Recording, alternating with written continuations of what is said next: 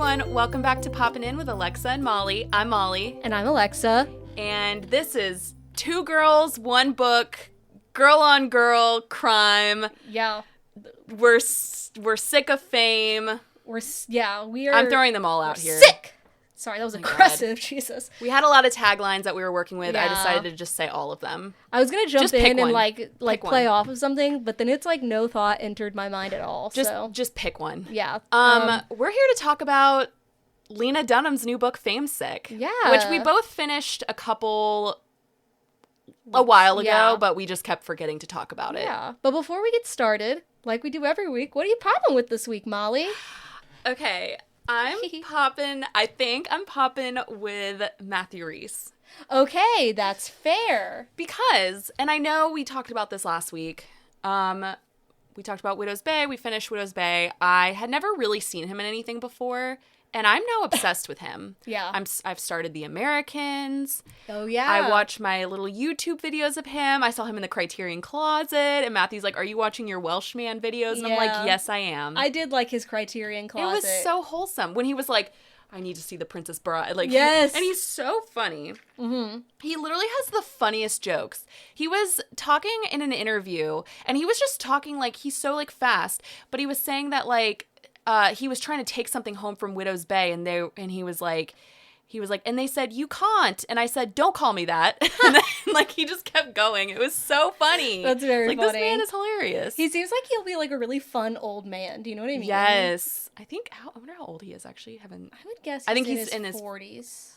Maybe early 50s. Early 50s, yeah. I don't know. Sorry if we're way off. And you know what I love? He emails us. He's like, "I'm 35. I think he's in his early 50s. Because Carrie Russell, I think, is also in her early... Anyway, he has the hairline of... Like, he's not trying to fix his hairline. He's just going with it, and I love it. He's very hot to me. You know what? I have an opposite take on men's hairlines. I was literally getting angry thinking the other day. I'm like, men have it so easy where, like, literally... Like, I think about Prince William. I'm like, you have all the access to hairline surgery in the world, and you just let that happen. Meanwhile, Kate is out here probably like doing all the beauty treatments you could ever imagine. Yeah, but I also like a little natural, you know? Not on William. Have you seen him? Okay, I'm not talking about William. I don't think he's attractive. But Matthew Rhys, when he was younger though, and it was the hair. He was, yeah. Yeah, I guess that's true. Now he's just like very goofy looking. Yeah. It's unfortunate. Anyway. I'm popping with, as you know, you, Molly, but the listeners maybe, I'm popping with Love Island, okay?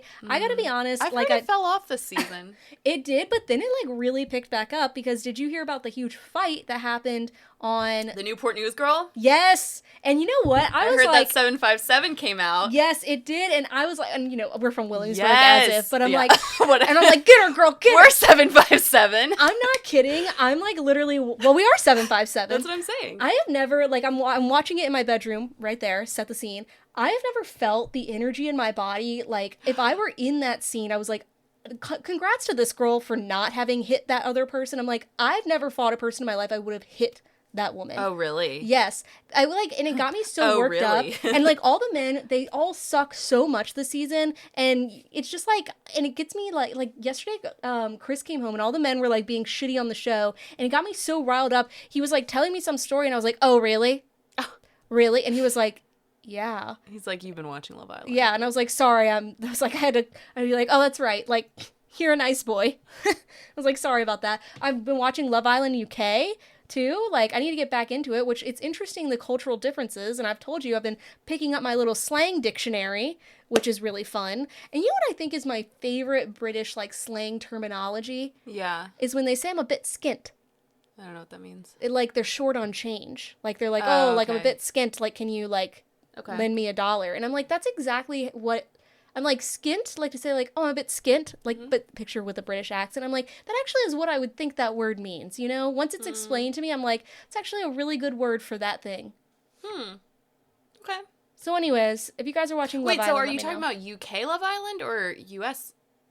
I'm talking about UK, like just like in terms of like the is that on at the same time? Yes. Oh, I which didn't I think know this is the first time they're on at the same time. Yeah, I didn't know that. Okay. And because I was like, wait, same, why are you randomly now talking about British terms? Yeah. I was confused there. It's the same Scottish narrator. I actually, before you came over, was watching a video where, because, you know, it's a 24-hour turnaround. Yeah. And they were like, "What's the workday like?" And he was like, "Well, he does both US and UK." He was like, "It used to be like, you know, pretty like separated, and he's like, now I do US in the morning and I do UK at night. He's like, I'm pretty much doing like a 24-hour like, Yeah. and I'm like, that's crazy. Yeah, that is crazy. But that production team is insane. I can't imagine. I really can't imagine. I imagine it's a lot of drugs and a lot of, Yeah. I don't know. I bet it's a vibe. I bet it's like being in like an old newsroom. You know what I mean? Which I would love. It's probably so fun. Plus, you're getting to see all the drama. Yes, so it's like drama and you're editing. You're making fun choices. Yes, and you're getting to see like what people are you tweeting and slept. stuff. Yes, and you're just delirious, and you're seeing all the. Well, I wonder if they can do that. You know what? They shouldn't be allowed. I don't think editors should be allowed to see. They should be like a jury where they can't see the news, so that way it can't help. It can't cause them to make decisions based on what people are saying. Yes and no. Tanya, friend of the pod, though, pointed this out to me because I had a good idea for like a challenge thing that they should do, and she was like, you should tweet it. My Twitter's been hacked, so can't do that. But anyways, because sometimes they'll take ideas from people like fans and stuff. Oh, okay. And some of them, like, they did like a couple years ago movie night, which was I guess a fan idea, where basically it was like unseen bits, like people in the villa hadn't seen it, and then they like, that's crazy. Yeah, and they're doing it again, I think either tonight or tomorrow. I'm very excited. But don't you think, like, I could see where both sides make sense. But yeah, no, anyway. I think if you're trying to get, like, an actual, like, this is a representation of a, like, closed off society, Lord of the Flies style type of thing, yes. But then they might be focusing on the wrong person, and then it's like they would need Twitter to be like, okay, this is who we care about, and so this is who we need to be showing more of. Yes. So they probably do have to take in social media. Anyway, fun. Yeah, but so speaking of things that make me sick, okay, first of all... But not really sick. This is just the title of the video. We're not saying she makes us sick. Yeah. First of all, I think we talked about this on a previous episode, but we were very cutesy about this, where we bought this book together. Yes. And I read it first, and then Molly read it after. Which we never, like, decided on who gets it forever. Yeah. It's fine. If you want it, you can... I don't care. Let me make that decision when I get my new bookshelf. Okay, yeah, that's true. Because if you guys don't know, give Molly a shout out this week because her birthday is July 4th. There may be other things you're going on, but you should put that at the top of your mind. It actually should be at the top. And what she's else? turning 30. Okay, we don't need to say that. That's okay. I'm already 30. It's fine. I don't want people to know that. But anyways. I'm a 22-year-old. Anyway, so Lena Dunham came out with her first book in over 10 years earlier this summer. If you haven't heard about it, where have you been? Famesick by Lena Dunham basically covers the span of when she started her show Girls to almost like about when she like moved to England, kind of like pandemic time. Yeah, I would say England pandemic time is the very end of the book. Yeah, so which that, is like 2020. Girls started in like 2012, 2013. Mm-hmm. And here's what I'm going to say right off the cuff. I'm going to be very critical of this book, and I'm going to say I didn't hate it. Mm-hmm. However, if you follow me on my Bookstagram page, Distracted Chapters, I gave it a 4 out of 5 stars. And the more I've sat with this book, I'm going to honestly knock that down a star. Yeah. I'm going to say 3 out of 5, the more I think about it. I would also give it a 3 out of 5. Because here's the thing. I think Lena Dunham is a genius in terms of her writing. I don't think this was her best writing. And I also don't think it was her best storytelling. It wasn't. And now you read the first book. I still have never read the first book.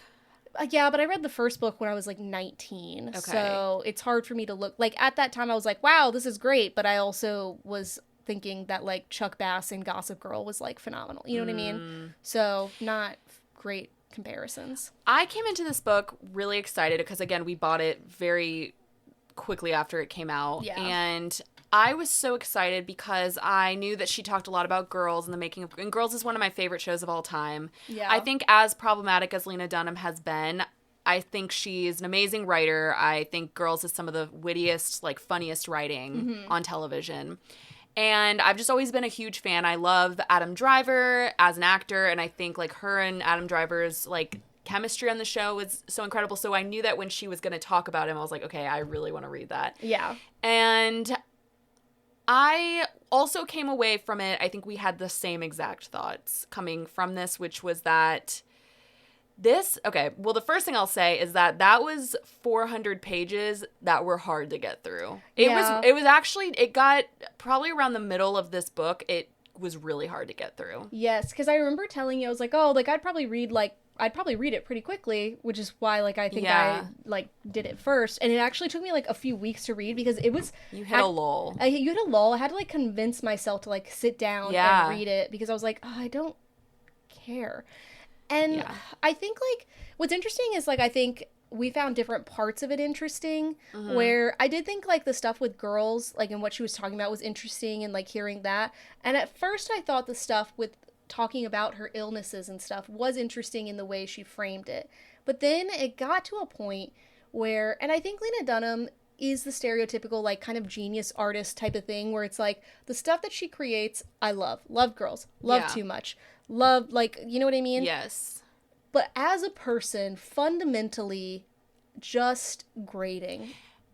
And I think, too, that one thing about her is, like, she's such an interesting person to me because she both comes off as self-aware, but then, like, not self-aware at the same time. No, and we'll get into, like, the specific examples, but the lack of, like, accountability, it's like she takes accountability and then takes it right back. Yes.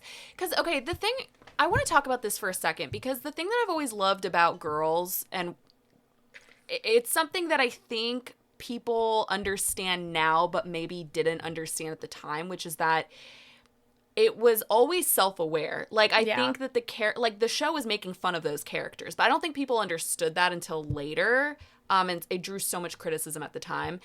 And I think Hannah was written as, like, a character that we were supposed to find funny. Like, we knew that she was a ridiculous character who was self-involved and privileged, and, like, she was written that way. It was on purpose. Like, they were grading characters on purpose. Yeah.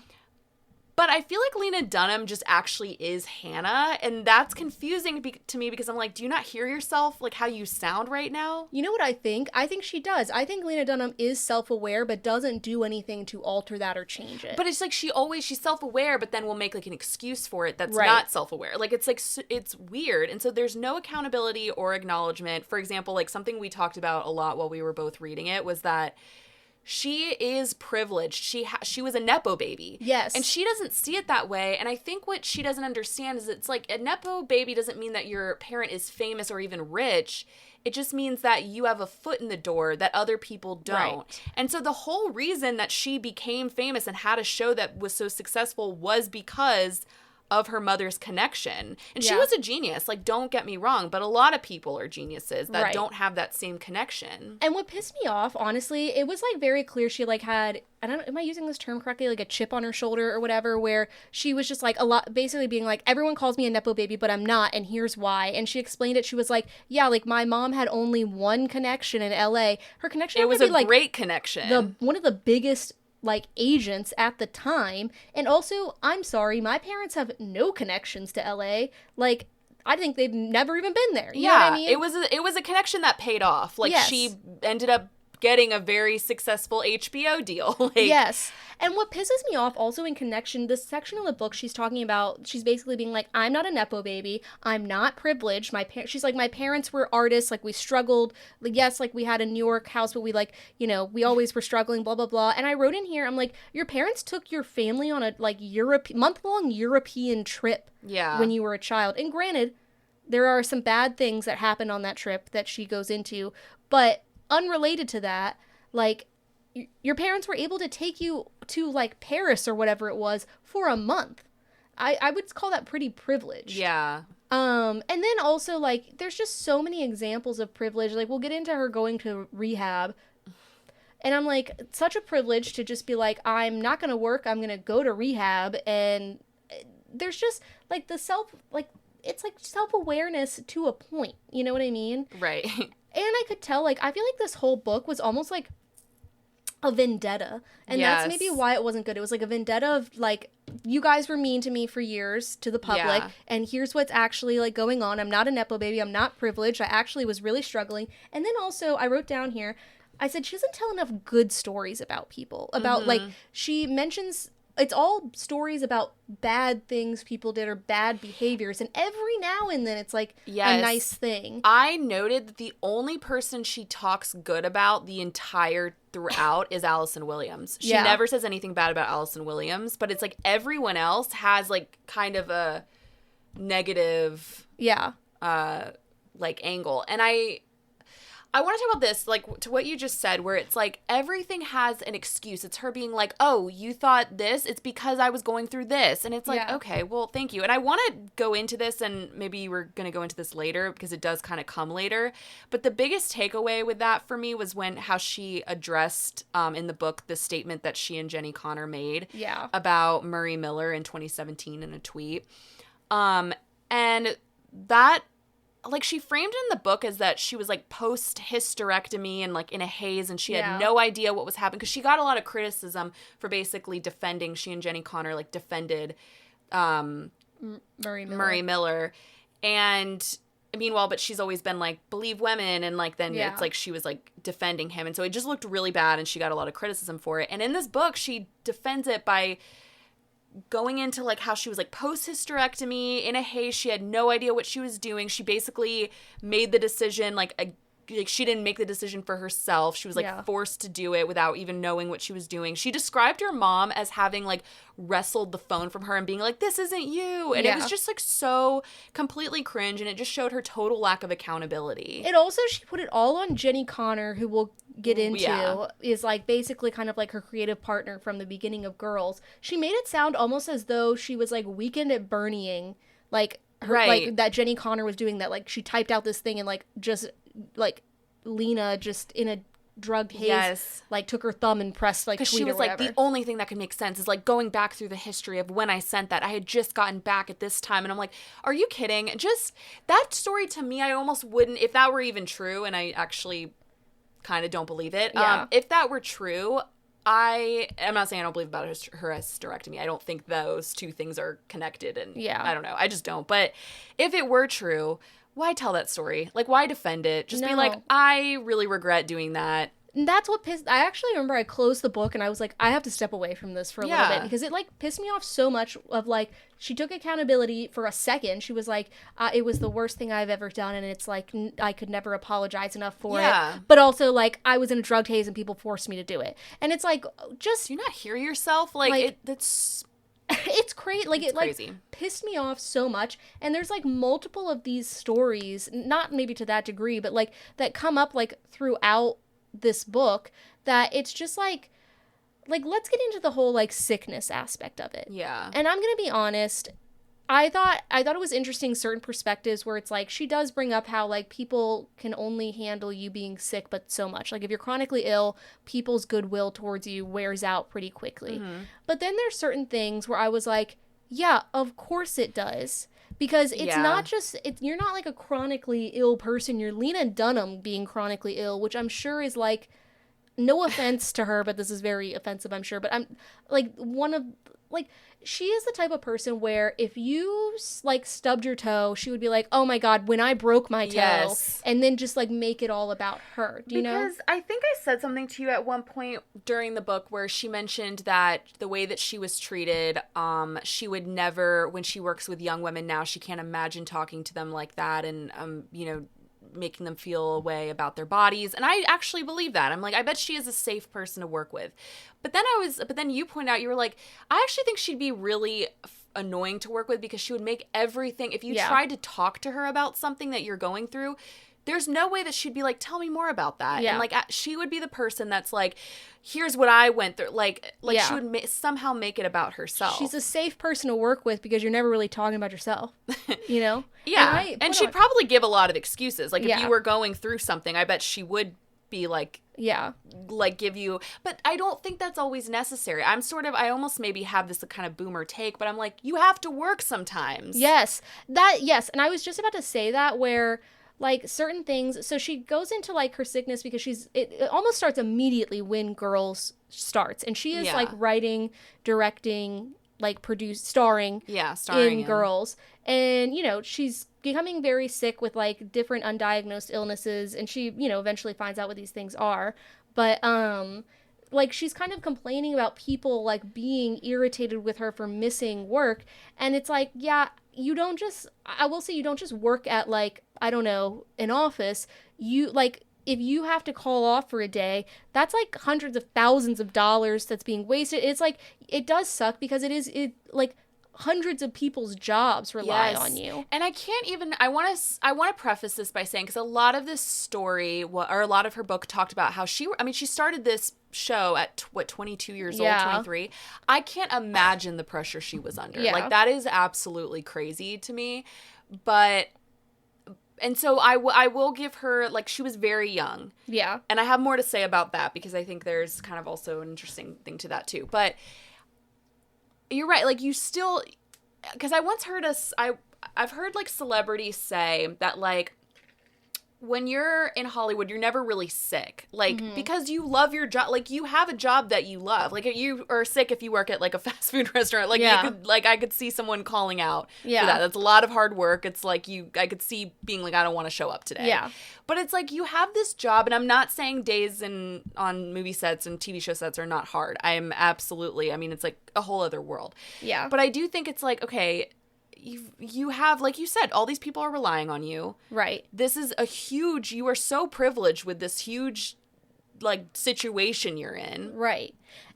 Just, you do have to come to work. Yes. And, like, hearing about her health stuff, and you find out later what it is, it's like, yes, she probably was in, like, severe pain and chronic illness. Yeah. What made me mad is, it's like, I'm sure her coworkers and the people that she worked with, it sounded like they were giving her, and to an extent, like, some grace. And it sounds like her looking back on it, she's not really giving them any grace for the situation. Yeah. And that was making me, like, what was making me mad. And I literally wrote down in my notes, this is what I said: yes, people are allowed to be annoyed at you for missing work for an illness, because people are inherently self-centered, but no one is as self-centered as Lena Dunham.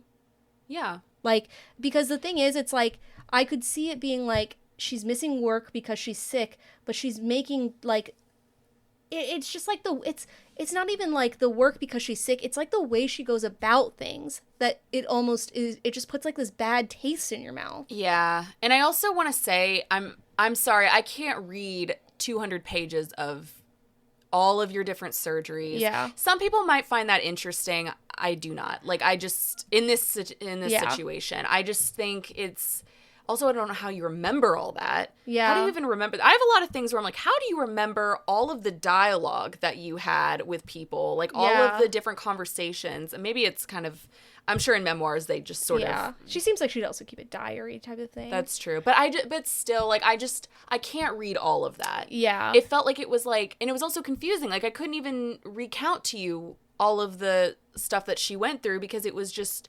Right. Like, I don't know if we had to speak about every single feeling. Right. That And I think that's what brings, like, it's like, okay, I can give you the grace for, like, you know, being, like, you know, you have physical illness, you have a chronic illness that you're trying to figure out. I think it's, like, compounded with this almost, like, sense of, like, it was, like, that on top of, and I think I mentioned this to you, like, when her uncle passed away, and, like, this kind of just unawareness for, like, how people are and how the world is, where, first of all, she was talking about, like, her uncle is, like, you know, about to pass away, and it doesn't even sound like she's that close to him at first, like, the way she describes it, but then she starts describing my uncle, who shares the same face as my dad, who, like, has the same scent, like, almost making it sound like her dad is dying, right, because it's her uncle, but it's her uncle. And then she gets, like, so mad because they only give her 3 days of grief leave. And I remember, like, I had to stop myself from texting you immediately and being like, that is what, like, most everybody job gets 3 days of grief leave. Like, just be for real. And I want to go into that more, because I want to talk about her relationship with Jenny Connor, because that goes into that a little bit.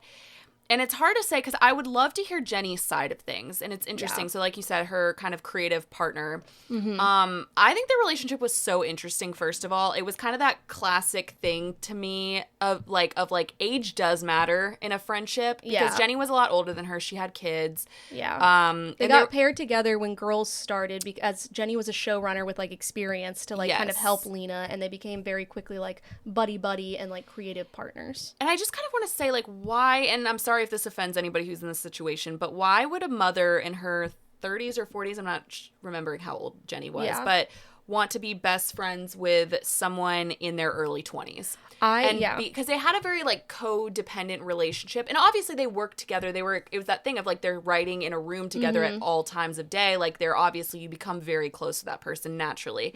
But I'm just like, to me, Lena was not ever very mature. I think we can say it's not like she was like a mature 20-something-year-old, other than being like a creative genius. But like, I'm curious about Jenny then as a person, because why would she want to be best friends with her? But I do have two thoughts on this. Like, I could see Jenny, because a lot of she goes into, this whole book is almost like, it's like a vendetta against a lot of people, but I would say against Jenny. Like, she really talks she's telling her story, but it's like she's telling, her truth as she would see it. But I think it's very much like, here's all the bad things that Jenny did to me. Yeah. But I could see Jenny being frustrated with Lena on how much she was calling out of work because, and I mean, it felt like it was every other page where it would be Lena's parents, and Lena's parents very much coddled her. Yeah. I'm sorry. They had I think they kind of had a strange relationship for like what they would do. They would literally like call her show and be like, she can't come in. And it's like, you're in your 20s and your show, like you've created an HBO show. Yeah. Like, you can't have your mommy and daddy calling in and saying you can't come into work. That's crazy. Yeah. And I could see where, like, maybe Jenny Connor and, like, Judd Apatow would be like, that's super annoying. Like, she needs to come into work. You know what I think is interesting, though, is Jenny Connor comes off really bad. Judd Apatow is another person, like, in addition to Allison Williams, who, like, Judd Apatow, there's not a lot of bad, nothing bad. He's even, like, thanked in, like, the credits of this. But I'm kind of like, okay, well, where was Judd Apatow, your, like, original mentor, during this whole time? And also, But she would probably not talk bad about him. No. And also, I think it's interesting because during the book, I was kind of like, wow, Jenny sucks or whatever. But then also at certain points, I was like, it does make it seem like it's exhausting to work with Lena Dunham. Yeah. And this is being written from Lena Dunham's perspective. With the right, you know what I mean? Like, this is your truth. Like, yeah. This is your, like, you trying to make yourself look good. Yeah. So it's like, it's not even like the calling out of work. It just seems like Lena is very, I'm just gonna say this, and people are gonna disagree. She sounds like almost very like lazy, take care of me in certain ways. Yes, she likes, and she makes this very clear, like, she likes to be taken care of. Yes. She likes to be coddled. Yeah. And you can see that's like how Hannah was on the show. Like, you definitely see a lot of similarities. But, like, you brought up, like, the whole thing, like, it felt like a lot of family members died for her during the making of the show. Right. And I feel like she, like you said, like, at most jobs you get like 3 to 4 days off for bereavement leave. So, like, it's not that crazy that they were like, please come and finish this last season of this very successful show that you're doing. And that you're getting paid, like, a lot of money to do. You're getting you're, like, going to the Met Gala and stuff. Exactly. Like, just, no offense, but it's like, again, it sounded like she wasn't very close to her uncle, but then it was like emotional manipulation through her writing of trying to be like, it was like my dad died when my uncle died. Yeah. And again, I had to like close it and step away, and I was like, your dad is not your uncle. Yeah. Like, it's I can clearly see in your words what you're trying to like do to us as the reader. Well, she even talked about her like cousin like that too, where it was like they were clearly not close, but then it was like the way that she talked about her cousin died, right? Wasn't it like the so, one? Yeah. Okay, maybe I'm wrong on that one. But I also want to say, like, because Lena was painting Jenny as like the person with power over her and trying to take full advantage, and that was kind of the way that she made her look in this book. And I do think that their relationship was like inappropriate, lacked boundaries.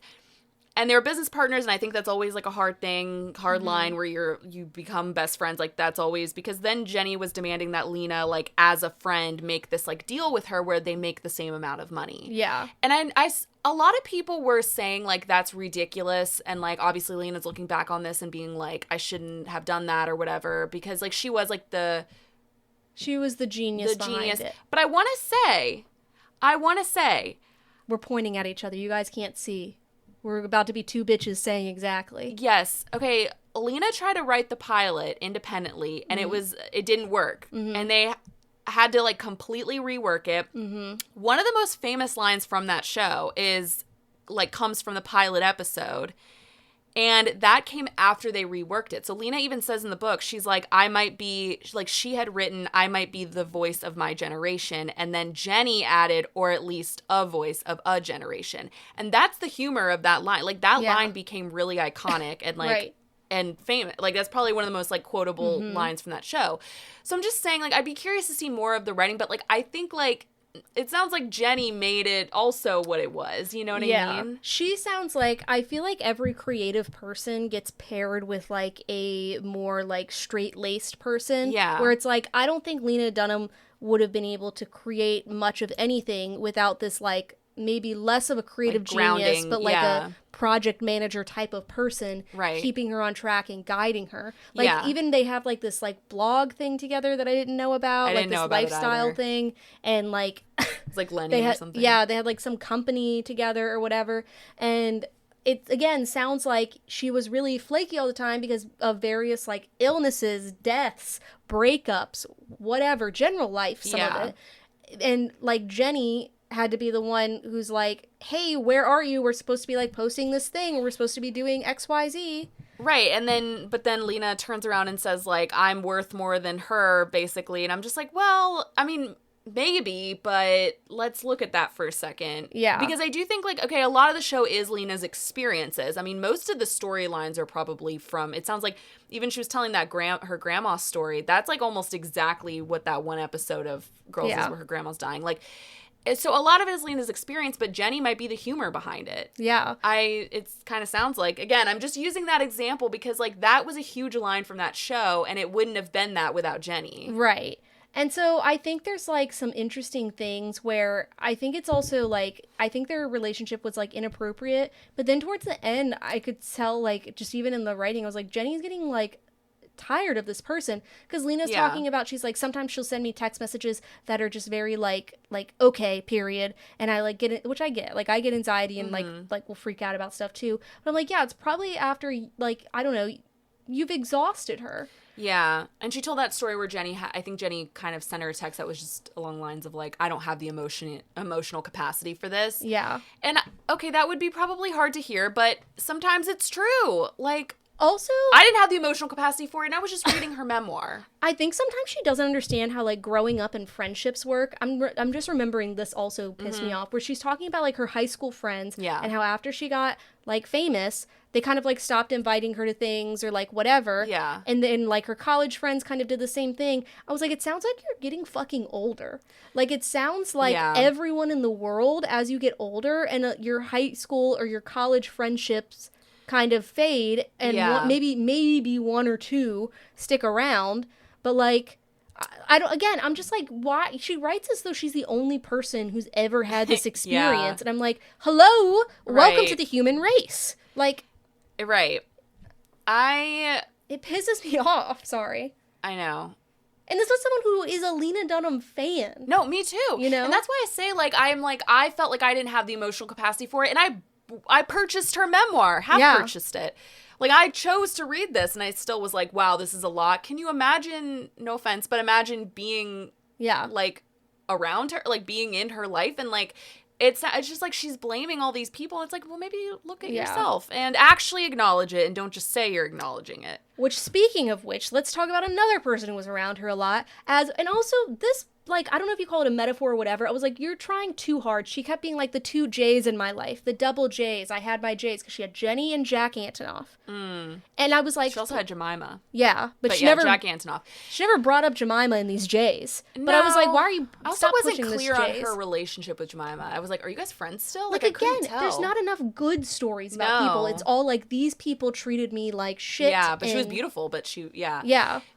Jack was so because I think you had said, you were like, I really don't care about the Jack Antonoff stuff. And then when I got to it, I was like, oh, I think it's interesting. And then I was like, oh my God, I don't care. Yeah. Like, I thought it was mildly interesting at first. I didn't realize how long they were together. And again, it does sound like he sucked in certain ways. It sounds like, again, a young relationship.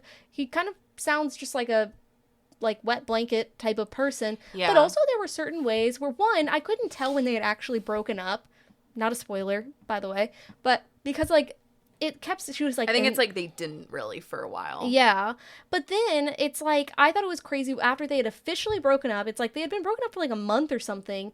She has this like kind of emergency surgery, and her emergency contact, I guess, is still him or something, and he wasn't answering because he was on tour. So it was like she called his mom. No, it wasn't even her emergency contact. It was like she just called him. Yeah. And then, yeah, he didn't answer or wasn't available. So then she called his mom, which is just like...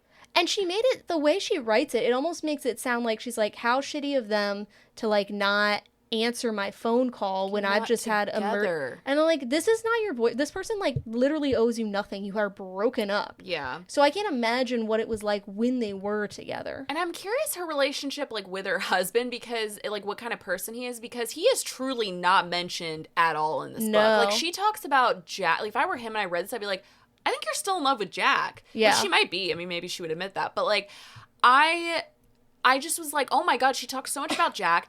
And then she kind of went through like, and I don't mean this in like a rude way, but she went through like a series of guys after that. Which and I did not like, care. And I was like, wait, which one is her husband? Because she talks about meeting them in England. Yeah. And I was like, okay, this has got to be the one she ends up with. And then it was like, I still couldn't even tell you when she did finally meet her husband. It was like literally a page long. Yes. And also, I think I told you this. I was like, I feel like we got a story about every man she slept with over the course of 10 years. Yeah. Where I just was like, I don't care. Like, it almost was like she wanted to prove that, like, people wanted to sleep with her. And speaking of that exact thing, sorry, I cut you off. No, go ahead.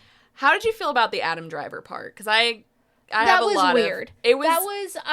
So the book talks a lot about her relationship with Adam Driver, like throughout filming Girls. And I thought it was interesting. So the way that she talks about him, it's as if she's like writing fan fiction about herself. Yeah. She makes it so like she kind of has like this like angle that he was like maybe in love with her, and like she was very much pining for him. Yes. And she couldn't have him. And I think that the way that she writes about him, like, she talks about how he like threw a chair on the set at one point, and it sounds like he was maybe getting into character as Adam or something. I'm not excusing that, like you shouldn't throw things and be violent, but like I don't know. It just sounds like he was, because I don't see Adam Driver as the way that she was describing him. And I don't know the real him. Yeah. But he's a very, like, quiet, kind of serious guy. And it sounds like he was just an actor who was taking himself seriously. And she acknowledges that. This was interesting. So she said in People, the goal was never to make Adam seem like he was in any way the outlier of the show, but just to talk about how complex and confusing those first experiences of trying to be a boss were. Yeah. So she kind of, like, explained how she wrote about him in the book. And I just think it's interesting because to me it was like a little delusional. Like she was talking about like the I know you monologue where he's like, I know who you are. I'm like, I just don't see him saying that. No, and I also, reading between the lines, I was like, I'm getting the vibe that this is a person who is very immersed in their work, and you are taking that immersion as like interest in you as a person. Exactly, because she kind of implies that like he was in love with her and maybe would have cheated on his wife, then girlfriend, with her. Yeah. And I think that is actually so disrespectful of her to talk about him. They've been married for years. They have multiple children. Yeah, the way that she talks about him in this book is so disrespectful when he has a wife, and like, can you imagine? And he was dating her at the time. So she implies that he like would have cheated on her with Lena. And I'm just like, okay, I don't know what that accomplishes about like writing about him in that way. Again, it's almost like a proof of like, see, this person wanted to fuck me, and I don't care. And also, she says like the last time they saw each other was like right after they stopped filming. Like they got out of a taxi together, and it was like he said I love you or something, like in a like way that he was like, if I come upstairs, I may not like. No, this was like the last time they ever interacted. Okay. Oh, yeah. After this show ended. And then she was like, and I never heard from him again. And I was like, because it sounds like he thought of you as a coworker. Yeah. Like I've said, like, I love you to my coworkers too. And I say it was like she was writing, because like she wanted, I think, their relationship to be like Hannah and Adam's was. Yeah. And I'm like, I think he was just an actor. Yeah. I think he may have been kind of getting immersed in his role, but I think we're good there. Yeah. I want to get into the rehab of it all. Yeah. Okay. So I'm just gonna be honest with you guys. This was the most frustrating part because so she finally like kind of like gets her diagnoses of various things, and she's been on various like pain pills, not pain pills, but like certain things for a while, and then she like tries to go off them, and immediately says that she's a drug addict and goes to rehab. And I'm not saying she's not a drug addict, but again, it's like the way she frames these things makes it just puts a bad taste in your mouth. And when I listen to interviews with her, it's almost like she like there was it's like the interview with the New York Times, I forget the guy who does it, where he asked her a question. She was like, "You can say when I was on drugs. You can say that." And I'm like, "No, nobody's talking about that." Like Yeah. it almost is like it feels like she's using it as this way to like another thing of like do you know what I'm saying? Like again, yeah. Well, I think she tries to make herself more interesting than she is. Yes. And not that she's not interesting, but I think like I noticed that one thing that she does is she'll compare herself to like pop culture references. Yeah. So that rather than just like describing it. So for example, she talks about getting shingles, and she's like, shingles like Amy Winehouse had. And it's like, maybe why would I know that? Right. Well, okay, but also like just say your experience, but it almost makes it sound like she's like she saw them experience that, so she's like that's where she got the idea maybe. Like I'm not saying she didn't have that, but it's almost like she's trying to seem like cooler or something by having these experiences. That is the vibe. Yes. Yeah. Where she's like, "Yeah, I've smoked cigarettes." Right. You know what I mean? Yeah. And it's just like, okay, like it's like nobody. And again, I'm not saying that she didn't need to go to rehab or isn't like a drug addict. It is like the framing and like the strange glee she gets out of like being like, yeah, I was a drug addict. Yeah. Like you can say that type of thing. Right. That like makes me angry. And also again, even in the book, like her mom says to her, she's like, "You don't think you could like at least try to, you know, maybe like do an AA and like at home?" And she's like, "No," and immediately goes to rehab, which is like so crazy to me. And again, privileged of one, you can afford a rehab, you can afford to like not work for months at a time. Yeah. For like most people have to try these like cheaper alternative options because they can't afford it. But you don't seem to have any sense of like awareness about like the way people live. Yeah. There was a lot to this that I think, I don't even know. And I'm curious as to why people were like really like touting it as like, this is like the book of the summer. And like when you go to Brooklyn, they hand you a copy of this book and like whatever. Like I saw people saying that. And I'm just like, are people really like loving this? Or is this all like marketing propaganda, you know? I mean, it could have been. I did get into it. Like, I won't lie and say I wasn't. And again, we are coming from this. We're criticizing her as Lena Dunham fans. Yeah. I don't think we're fans of everything she's done. Every action. I'm a Lena Dunham work fan. Yeah. I actually think when I see her in interviews, I find her to be likable. Like, I actually do think she's funny. But something about the way that she writes about herself is just kind of insufferable. It truly is. Like, and she said, she's like, "I've always known like I'm an annoying person." And it's interesting because it's like, I feel like I know that about myself, and then I try to like maybe alter that and change things, you know, where I'm like, oh, maybe I need to like pay attention to things a little bit more, or like maybe I need to like, you know, open my worldview about things. Yeah. And I'm like, she's not doing that at all. I can't imagine her therapy sessions. The one that really got me was, and it was kind of a small thing, but she was talking about coming back from someplace when she was first moved to New York, and she was like living on her own and she was kind of lonely or whatever. And she was like walking back from some cafe, and she was like, "I was wearing a mini skirt." And then it was just like the last sentence was, "I could have been raped." And it was like, what?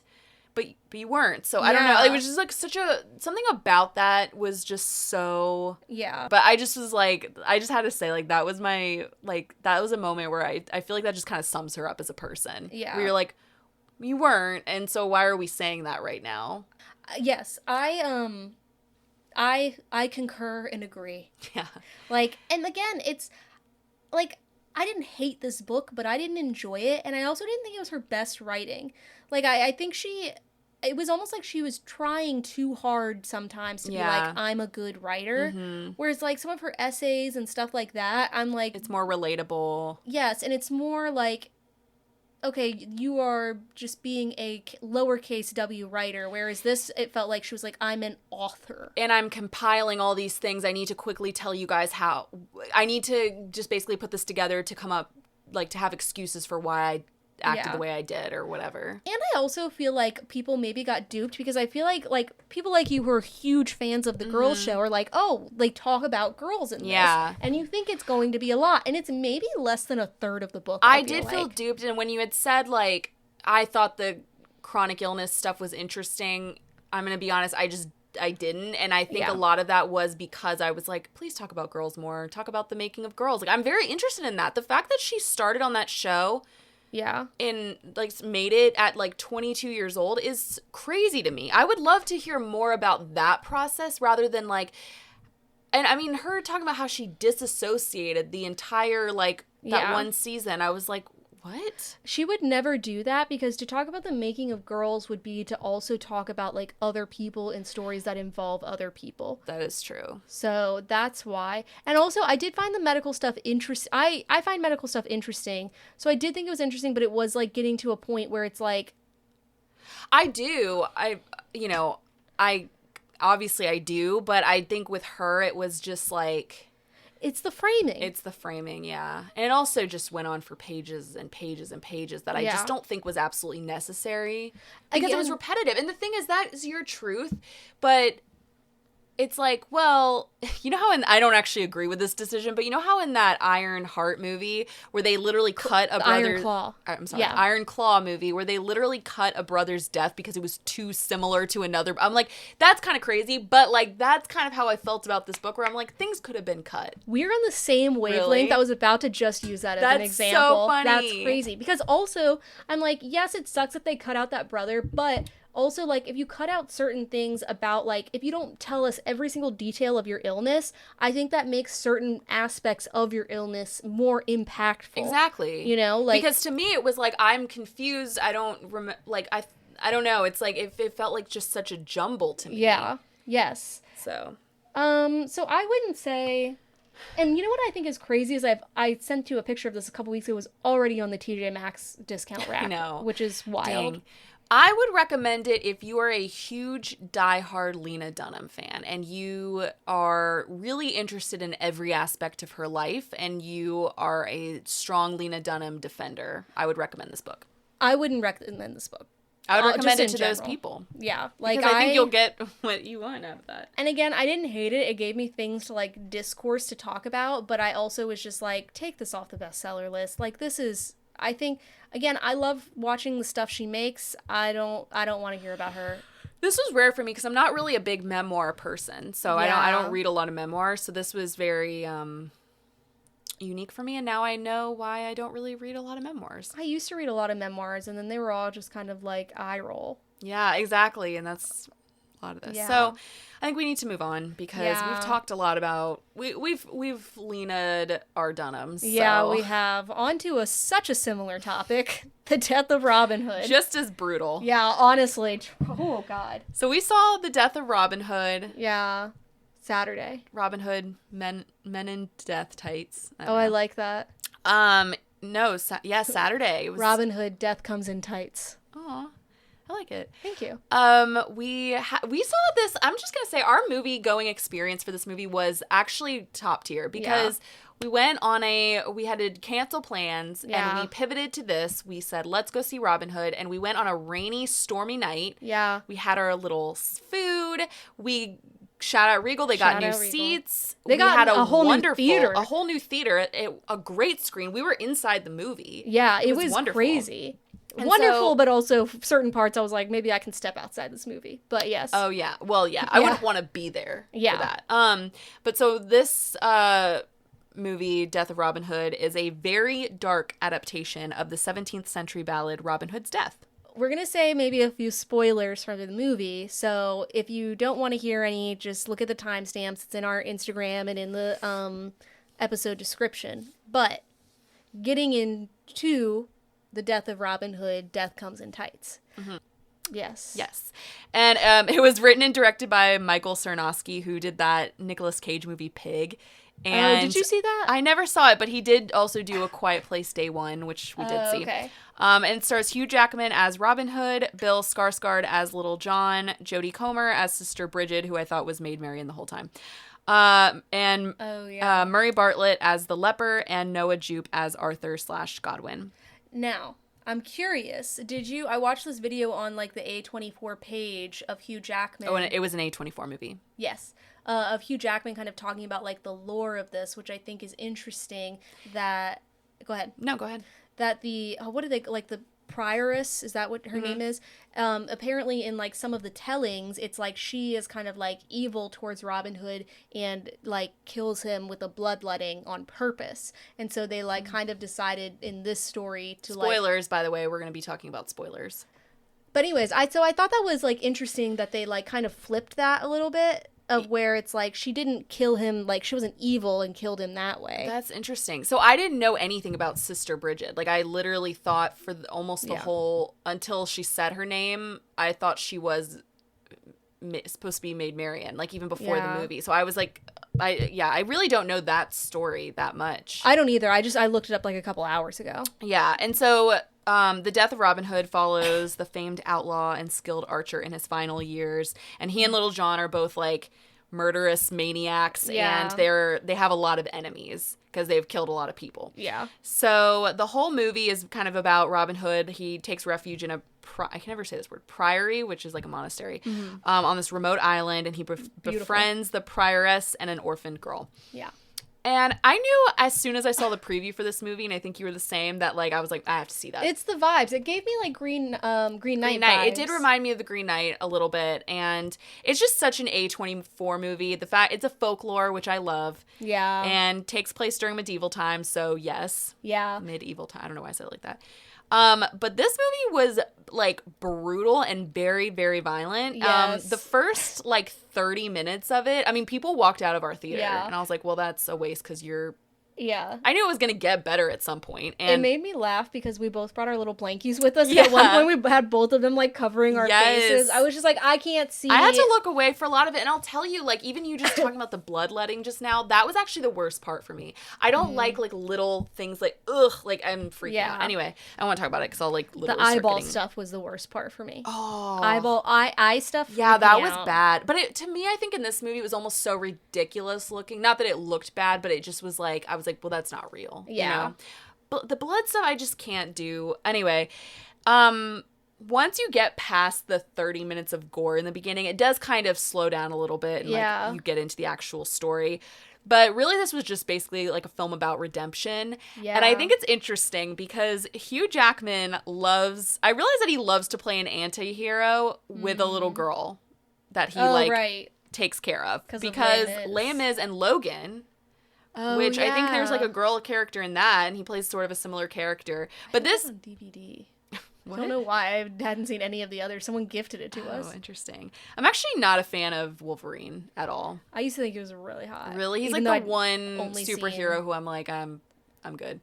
Yeah. Well, now I'm probably fine, but I think I related to him. Like I was like, I'm a Wolverine-esque, okay, you know. God. Was it good to see yourself in a superhero form? I was like, wow, look at me represented. My chest is just like that. Honestly, because my favorite thing that Hugh Jackman is in is probably Les Mis. Yeah, and I haven't seen it. I love the musical. I think the movie, I've kind of started to slow my roll on the movie a little bit because I'm like, maybe it's not a good movie, but I still love it, but I'm like, maybe it's not good. But anyway, he reminded me of his character in Les Mis, like his relationship with Cosette, like that little girl. It reminded me of that. But I liked it. I would recommend it. I've been recommending it to people. Mm-hmm. I think it's a fun, I love Robin Hood as a story, and I feel like it's just never adapted well, except for the foxes. Well, I remember the Keira Knightley Robin Hood being good, where it was like gender swap. She was Robin Hood. But it didn't do well, did it? It probably got like bad reviews. yeah, I think I they don't never know. get good reviews. And then there's that show that's out right now that you were like talking about, but it's on like like AMC Plus or something like yeah. that. I'm like, well, I'm not gonna get that. Yeah, I know. I think at one point when they were like burning a man's face off, I was like, wow, we are far away from that sexy fox. I know. I was like, damn, this is not the animal version. Yeah, and I think like what was interesting is I think they, and sometimes I do find this like entertaining or interesting, is when movies really capture like just like the horrific living standards of the time. Like I feel like maybe like it's more gore than there was, but I do feel like living in medieval times was just like you were struggling to survive. Safe. Yeah. Like every day you woke up and you were like, well, I guess nobody killed me, thank God. Yeah. Or the plague, or, you know, I didn't get like a rusty nail in my foot. Right. And I think it's an interesting, because you think of Robin Hood as like, I literally whispered to Alexa, I was like, when is he going to steal from the rich and give to the poor? Because like he didn't do that. He's an outlaw. He's just a brutal like man who was like a murderer. And I didn't really know that side of him, I think. Yeah. I was listening to this like interesting history about it because I was kind of curious. Like I was like, how did Robin Hood kind of like come to be? And I think it's like he's kind of based off of like kind of these stories based off of a real person of the time. But basically I think it was people kind of reclaiming this idea of like an outlaw during a time when like there was a lot of respect for like law and order, dun dun. And I think what made it more interesting is like as what do you call it, like monarchs changed based on like it went from was it Richard the Lionheart to King Henry, I think it is. And it went from like a lot of love for your like monarch to maybe some disdain. And I think that's when like they were like, let's take, you know, culturally oratory stories, is maybe when they were like, we're going to take this story about like an outlaw and make it something that benefits the people to give us hope. And I think that is probably like maybe how it gets passed down to like Robin Hood being a hot ass fox in a cartoon, right, stealing from the rich and giving to the poor. But really it probably was like a very barbaric person. Right, who had a lot of enemies because he killed so many people's family members. To the point where he can't even remember like who he's killed. Right. And he has to really like go off the face of the earth to hide. Would have loved to have seen more Bill Skarsgård in this. Yeah, he plays Little John. You would think that Little John would be in it more. Lil John. Lil John. Yeah. He is not a bear in this. He is a man played by Bill Skarsgård. Yeah. Looked really hot. You had no idea it was him. No, every movie. He never does. And he's like that pea soup guy for you. You know, when he shows up on his eyes change. Yes. And you're just like, you got yes. You're it's like, him. You got me again. I know. I was like, whoa. I mean, I knew it was him, but I will say, like, if I were to have just heard his voice, I would not have known that was, like, he changes his voice in such a weird way that I'm like, and it's not even just like, he disguises his voice. It's like truly not his voice. Yes. It freaks me out a little bit. And I will say this got better during the film, but this was a time where I'm like in a movie theater, I'm like, damn, I could use some subtitles here. Yeah, I did not know anything he was saying. Yeah. And so I want to talk about Jodie Comer for just a second, because I just would love to see her in more diverse roles. And I say that because I know her original thing that she's like most known for is her role in Killing Eve, which she was like very incredibly like dynamic in that show. And it just feels like now she always plays like the love interest, the mother, the wife. Yeah. And like, I mean, she's always good in everything she's in, but I just feel like we haven't seen her in like a crazy, like she clearly has the acting skills for a kind of role like that. And it's weird that maybe she doesn't want to be in that kind of role anymore. I think a lot of actors are like that, but I think this was a pre-Killing Eve role that I watched her in. It was like this British, like it was, what do you call it? Like a 1-season show where she plays this girl who like is kidnapped and held like in a house or whatever by this man, and she escapes, and the police are kind of trying to figure out, they're like based on their investigation, they're like, wait, it seems like you had some clear opportunities to leave like throughout it, and you're kind of trying to like figure out like what is she lying about and what is she not, and like is she the victim or is she like part of this conspiracy, like whatever. And I think like her acting chops really show in that role because she's like very good at like deceiving you. I forget what that was called. Never heard but of I'll it. look it up.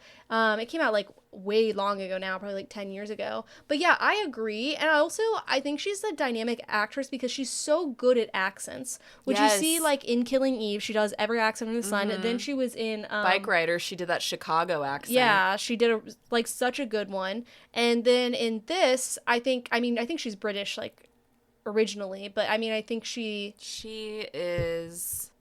think you're right, but I thought it was like, oh, she's English, yeah. yeah. So she just has like an English accent in this one, but I feel like she like held up like the kind of language of the time very well. She did. Her accent, yeah. She is good. It's just, I do just wish I would see her in different roles. I feel like she's just always kind of playing like a mother, a wife now, And I don't know why she hasn't broken out. Maybe she also chooses to. Maybe Killing Eve could have been like a lot, and she was just like, it's kind of like Florence Pugh said, like, I would love to see her in another like Midsummer role, but she was like, I don't want to do something like Midsummer ever again. And I'm like, please, though, you were so good. But I think that could be the case. I just really love Jodie Comer, and I just think she could be in other roles. Yeah, you know? That's true. Her haircut, her little eventually. Oh my god! And by the way, she had the ugliest haircut I've ever seen in my life in this movie, and no one's talking about it. Yeah. Usually you see people talking about weird little haircuts and wigs in movies. I never saw anyone talking about this one. Maybe it's I would have liked a warning. Maybe it's historically accurate, but yeah, I needed a warning more for that than I did for the gore. Yeah. It was like, whoa. Yeah, whoa. It's like a little page, like she literally We're like like a covering our Lord faces. Farquaad haircut, but worse. And I guess that is what it was, really, now that I think about it. But it's like, and I know people have actually had that haircut. Yeah. I'm assuming.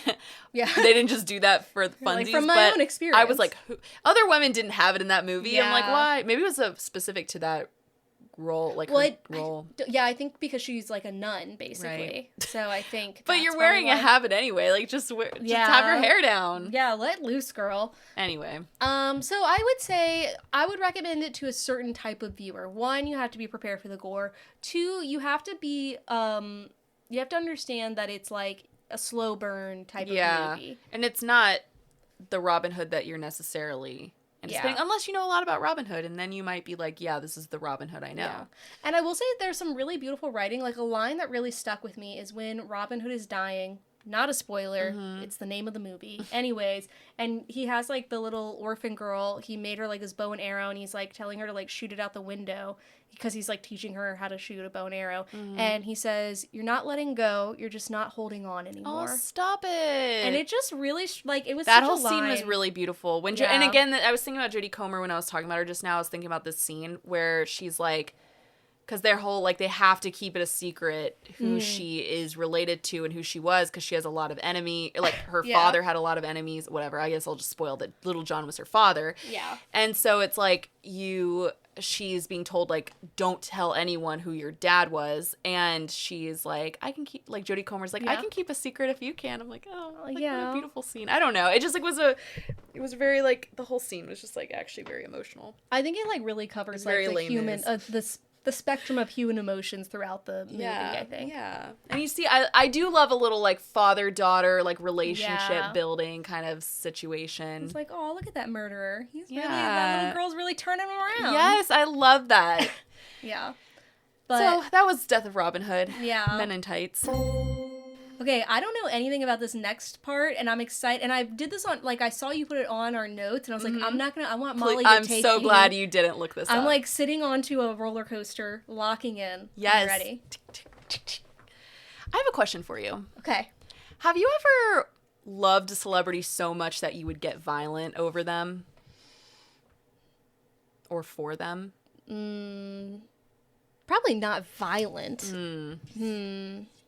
Well. Okay. Some fans did. Okay. Some fans do. Wait, have you? No. Damn. Okay. Well, have I? No, because no. Okay. And I'm going to get into why. Have you heard about Club Chalamet getting attacked in Paris last week? No. I mean, I have via our notes, but no. I'm excited. Well, unless... They're not supposed to know we have notes. Oh. We're prepared. They should know. We put a lot of effort into this podcast, which is why you should share it with people. Right. True. And you're about to learn. Yeah. You're about to go on a ride. Okay. So for those who don't know, and I'm not sure how much we've ever talked about her on this podcast, despite us talking about Timothée Chalamet a lot. Yeah.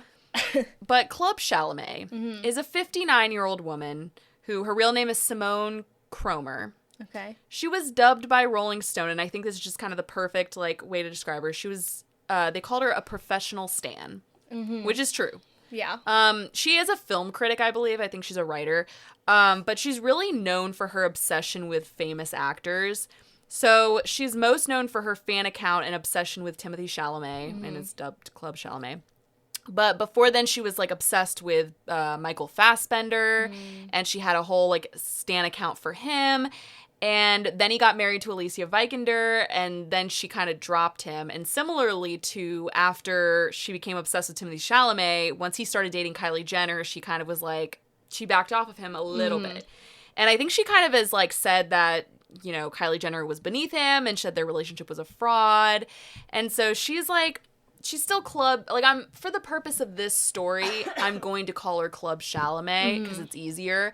But she really has sort of, like, Backed away a little bit. So she is still a fan, but she has now become, so she and I want to say first, she's a very controversial person in the, like, fandom, like the whole, like, you know, especially like in the Timothée Chalamet world and just in general. So, like, a lot of people accuse her of being, like, a stalker. Right. And, like, some people say that she's, like, dangerous. And so a lot of fans, like, don't like her. And I'm going to be honest, I think a big part of it is the age thing. Yeah. Because it's giving creep. I'm going to say, though, it's not like she's any different from any other fan. Yeah. She has not, and I'm going to get into that more in a minute because that is a huge part of this story, but she's never physically harmed anyone. Yeah. She shows up at events, but she's been, like, she's appeared at events where Timothy is, but sometimes she's invited. So I think there was, like, I don't know if it's the Oscars, but I think it was the Oscars. She was, like, invited to it. And she happened to, of course, like, meet him there. And she has met Timothée Chalamet. There's, like, photos of them together and stuff. But it's a little rare that a woman her age is a fangirl, especially of, like, a celebrity man in their 20s. And I think it's also, like, how she talks about him. It's very, like, serious, like, almost like she's his publicist. Like, she takes it very seriously. Right. And she'll be like, Timmy, like, you know, like, she'll talk about him as if she's on his team. And it's like, well, you're just a fan. Like, you don't really, and I mean this, like, with all sincerity, but it's like, you maybe need to get a life because it is, like, and I feel that way about a lot of fans like that. Yeah. But I really, like, I think, like, she talks about him as if he, like, emotionally affects her. And there's maybe a little bit of unstableness there. But I see her as, like, more sad than anything. Because, I mean, she's, like, a 59-year-old professional stan. Like, that's, there's just something, like, a little sad to that. More than anything. And so, and if you want to know more about Club Chalamet, there's the podcast Eating for Free did a 3-part series on her called Love in the Time of Stan Wars, which covers a lot about her. So listen to it if you want to know more about her. But it kind of seems like Club Chalamet has become Club's story lately. So she has kind of shifted her obsession to Connor's story from Heated Rivalry. Oh, I thought you meant the club story from Miami. No. That we went to. Good. Yeah. That's a good one. I was like, interesting. Maybe I can't. Well, it closed down, didn't it? Yeah. Didn't story close? Okay. Club STORRIE story. Well, that's Connor story. Yeah. Right. That's what I'm saying. Yeah.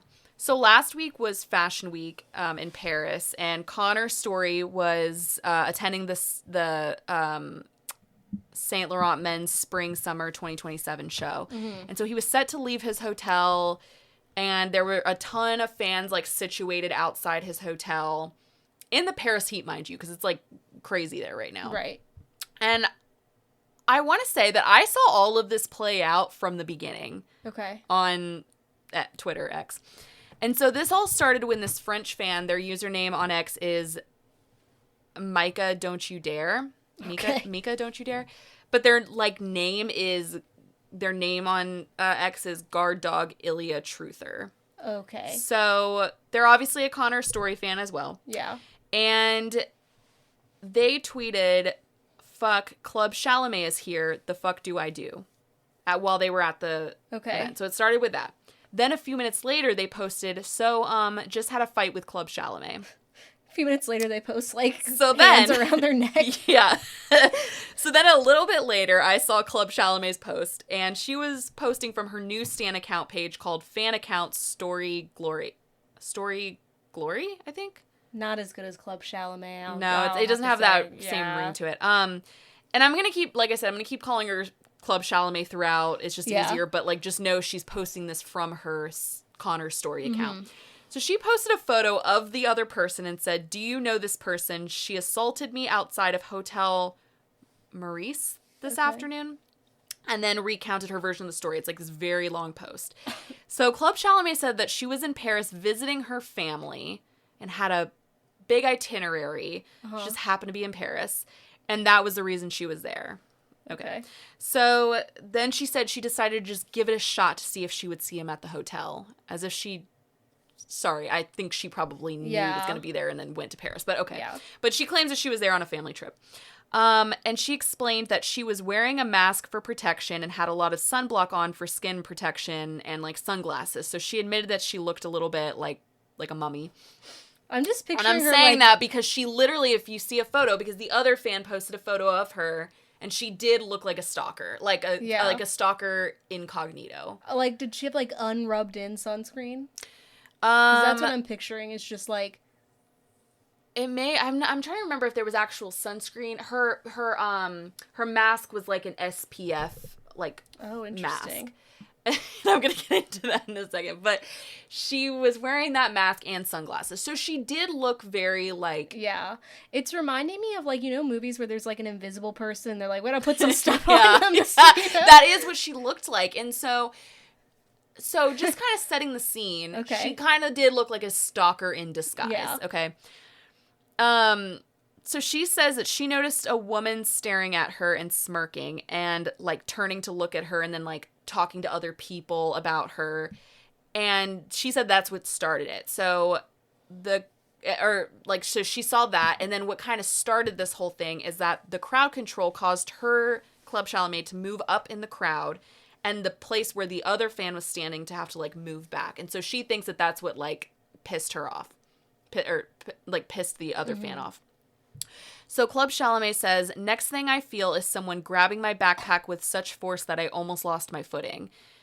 She glared at me and said, 'I know who you are. I know who you are, bitch. You bitch.' And she said that she said that the other fan tried to remove her dermatology SPF mask from her face." But it's funny because she's like, "She fucking tried to remove my fucking SPF." It's just like a very funny sentence.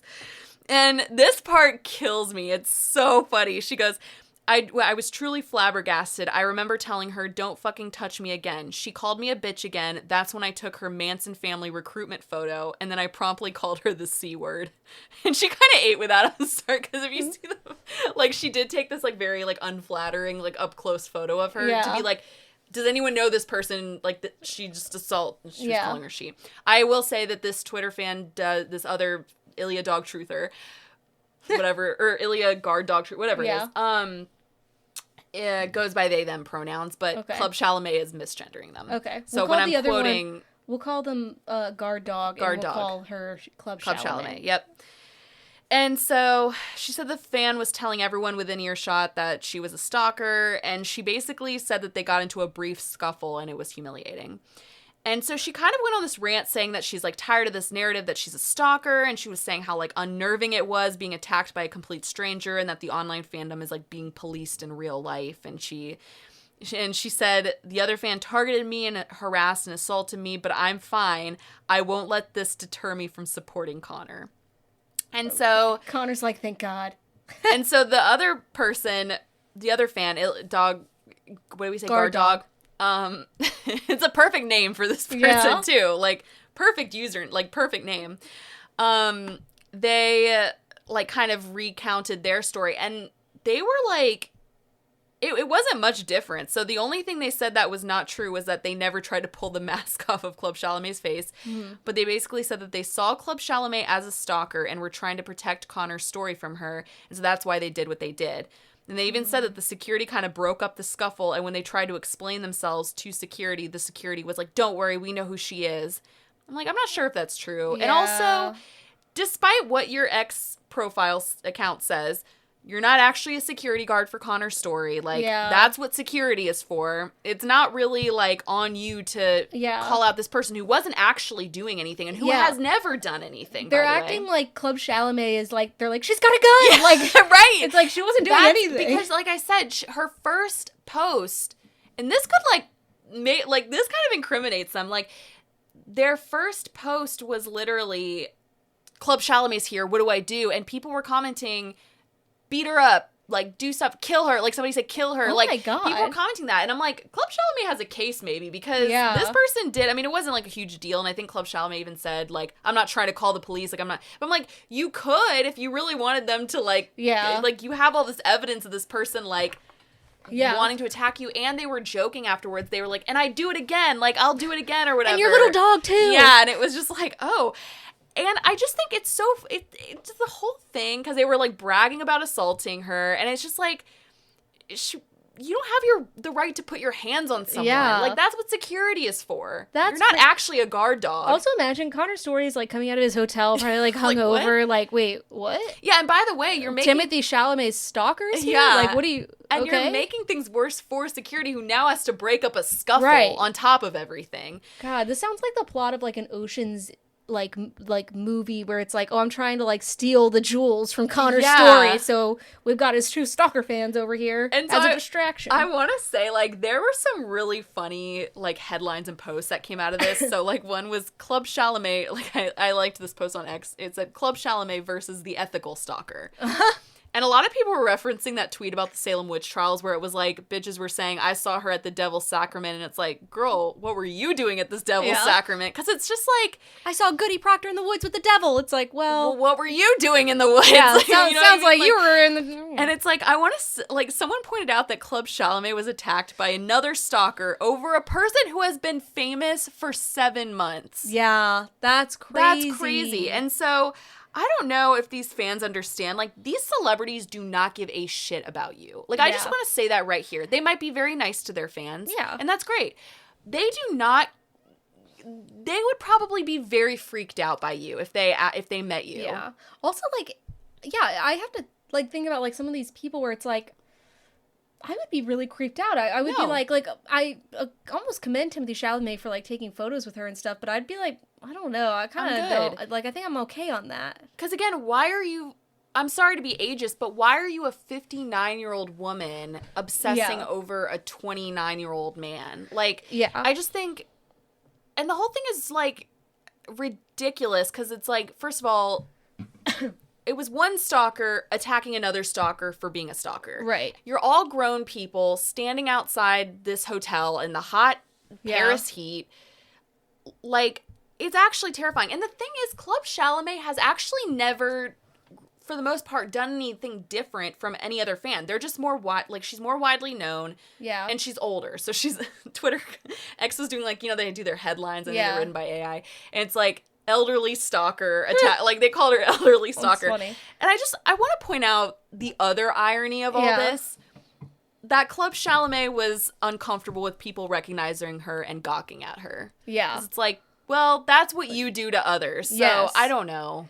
I think, like, our relationship with celebrity is so strange just as, like, a culture and society, because it's like, I feel like it's actually super common for people to now be so obsessed with, like, a celebrity to the point where it's like, I know everything about them, where it's like, I think, and that's, you know, the age of social media or whatever, where I'm like, there used to be a little bit of mystery around celebrity. Yeah. And I think that put up a little barrier between, like, people who might have these proclivities of obsession to, like, get there, you know? And I really don't think Club Chalamet would ever do anything dangerous. First of all, she's too online to, like, we know. You know what I mean? Like, she posts so much. Yeah. Like, we would know if she ever got to that point. I think she just takes her job as a stan very seriously. Yeah. And she thinks that she's, like, almost like a publicist for him, or is, like, she speaks very, like, professionally, and it's probably because she's 59. She types like a 59-year-old. But, like, I don't think she would ever get to that point. I think it is, like, there's something a little strange about it. I won't lie. But... like, again, who are you to put your hands on somebody? Like, they're both crazy Yeah. in the situation. Yeah. So for that person to think that they were doing some kind of like some kind of like hero's work by, Yeah. and people were It's like, literally the Spider-Man meme. Just like pointing at each other. Like, no, and also just like, I don't know, getting to that point where you are that obsessed with someone that you think you can like make decisions for, and like Yeah. you know them better than this other person who only knows them from online. Like Yeah. you're not. No one is.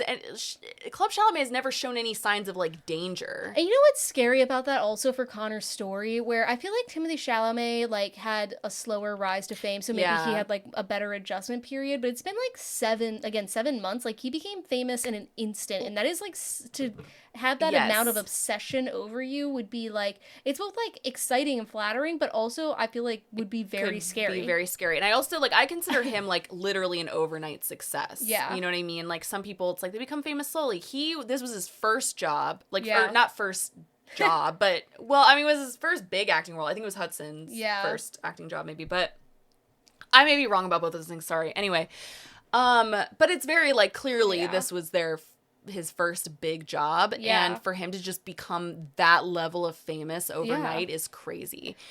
So that all that to be said, I just think like the whole story was just crazy to me. It was so entertaining, but also there's just like a level of sadness to it that these people are that obsessed with someone who is not gonna even look your way. Yeah. Like, let's be honest. It's like I'm sure this story like hit his story, you know what I mean? Hit story. I wonder that. And what did he think when he saw that? He probably was just like, he's like, oh shit, crazy, Club Chalamet is on my, like. Yeah, he's probably like, okay, that's crazy. Off to go, like, buy my new Rolex. You know what I mean? Like, yeah. Or, you know, or like, he would be like, that's crazy.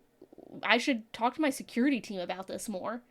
Yeah, the fact that the security had to deal, and that fan was acting like they were like doing security a favor, and that security was like, we know, it's okay. Like, I doubt that's how that happened, but okay. I've only interacted with a few security professionals in my life, and as a person who was doing nothing in that situation, or like in situations, I'm like, I don't think they're like super polite and like, hey man, thanks for helping us out. Yeah, we know about Club Chalamet. Thank you for, like, I don't think it went down like that. If there's one thing security people love, it's extra help. Like, yeah, for sure. Exactly. So that's the news on Club Chalamet. Wow, I thought it was very fun. Interesting. I was very excited to share it with you. That was great. Thank you. Well, great and sad, and it's a little sad. It's I want to talk about this movie, Pillion. Okay. It is an interesting movie, and that's kind of the, like, Another Skarsgård. 2 Skarsgårds. I'm talking about a lot of Really, it could have been 3, but I don't think we're going to get to that one. Yeah. So, I watched the movie Pillion a couple weeks ago. This isn't really news. It came out, I think, either at the end of last year, like earlier this year, but it just came on HBO. Okay, yeah. So, you know. Yeah. I clicked a little play on that one. Yeah. And I just gotta talk about this movie for a minute. I won't like really get into it too much, but so it stars Alexander Skarsgård and Harry Melling as 2 men who are in a BDSM relationship. And people have referred to it as a dom-com, which I think is very funny. Yeah. I like that. But I just kind of want to talk about it because it was actually surprisingly very like sweet, but also sad. And it was just an interesting storyline that I don't think we get too often. So it was directed by Harry Lighton, and the title Pillion refers to the passenger seat on a motorcycle. Oh, I didn't know that. And it's very fitting because the movie is about this very quiet, kind of modest man named Colin, who's played by Harry Melling, and he meets this guy named Ray, who is played by Alexander Skarsgård, and he is a dom in a biker gang. Okay. So basically, hell yeah, already. Yeah. So Colin is, when movie starts out, he's like in a barbershop quartet with his dad, and he lives with his parents, and he's like looking for love, and he's kind of dating, and he's not really finding anyone. But then he meets Ray and is immediately taken by him. And Ray is like very gruff and kind of like aloof. Mm-hmm. And so when Colin goes to his house, Ray like immediately tells him to cook and clean for him. And he like can't sit on the couch with him. He has to stand and eat his dinner, and he can't like sleep in the bed. He has to sleep on the floor. And so already like it's like immediately they're in this BDSM relationship, and there's no real like conversation about it. And so it's interesting because at first you kind of feel like sorry for Colin, and you're like, okay, I hated Ray at first because I was just like, without giving too much away. Wait, how did they know each other? They met at the bar. So, okay. Colin was, like, doing this, like, he's, like, in a barbershop quartet, and he's just, like, singing in the beginning, like, with his dad, like, whatever. And then Alexander Skarsgård's character comes up to him and is just, like... He's just singing with his dad or whatever. He is, literally, and now he's in a BDSM. Yeah. And so they literally meet at a bar, and it's just, like, it all happens, like, again, Ray is, like, not communicative at all. Like, they just kind of, like, meet up. He immediately, like... there's like an alley scene, like it's just like immediately like they get into this relationship without like talking about it at all. And so like it's kind of like hard to like Ray at first, but then their relationship kind of grows on you, and it's like Harry kind of becomes like actually meaningful to Ray. And so you're watching this, and like their relationship is not healthy or maintainable, but the characters aren't like no one is bad. You know what I mean? Like Ray is not a villain. There's just not good communication happening from him. And so he kind of just immediately like thrusts Colin into this relationship without really having a discussion of like what it is. And so it's really about like Colin like, kind of learning about what he wants. And he is into this, but it's kind of like 50 Shades of Grey in that way, I guess. Yeah, but I would almost say like more rom-com-y a little bit, even though it is still like, but there's like it's a little sad too. Okay. And so and also more graphic than 50 Shades, like the movie. Like, I never saw those, so. The movie was like not, it's like watching like the most like vanilla movie. Like I could see that. I don't know, but this showed a lot more. And it's interesting because it does have like a positive ending. So even though it is sad, but it does. So the interesting thing about this movie is that it does feature real-life gay biker club members in the movie. Oh, and so you do kind of feel like you're seeing the real culture of this scene. Yeah. Which I imagine was probably really interesting for the actors. Yeah. The main actors. But after I finished the movie, I also watched, like, because it popped up, the unrated version. Oh, so I just was like, I finished the movie, and HBO was like, watch the unrated version. The full movie? Click. Yeah, because I kind of scrolled through because I was like, well, I just watched it, but I'm curious, like, what extra scenes they have. And it was only a couple of extra scenes, but it was like, oh, all right. Yeah. So, I won't, like, spoil too much. I just wanted to talk about it for a minute, but it's a really interesting movie. What is, like, the moral or theme, would you say? I think it's, like, about, I mean, to me, it's about, like, finding out, like, what you want. Because, like, Colin...